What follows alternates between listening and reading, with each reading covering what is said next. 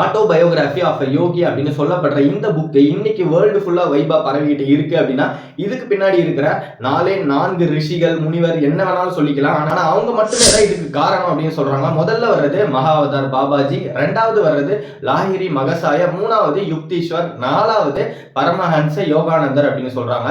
இந்த பரமஹன்ச யோகானந்தரை தான் தன்னோட சத்குருவாவே ஏத்துக்கிட்டு ஒரு மனுஷன் தன்னோட வாழ்க்கையில இமயமலை அளவுக்கு உயர்ந்திருக்காரு அப்படின்னு கேட்டீங்கன்னா அது யாருன்னு பார்க்கும்போது அவர் தான் சூப்பர் ஸ்டார் ரஜினிகாந்த்.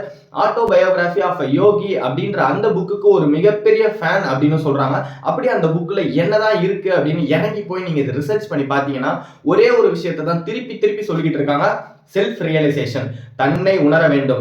ஒரு மனுஷன் தன்னை உணர்ந்துட்டா அப்படின்னா இந்த உலகத்துல அவனால ஒரே ஒரு கெட்டது கூட நடக்காது, அவனால நல்லது மட்டுமே தான் நடக்கும் அப்படின்ற மாதிரி ஒரு கருத்து இருக்குது. செல்ஃப் ரியலைசேஷனை பத்தி தான் திரும்ப திரும்ப அந்த புக்ல சொல்லிக்கிட்டே இருக்காங்க. உங்களுக்கு சான்ஸ் கிடைச்சா மறக்காம அந்த புக்கை படிங்க.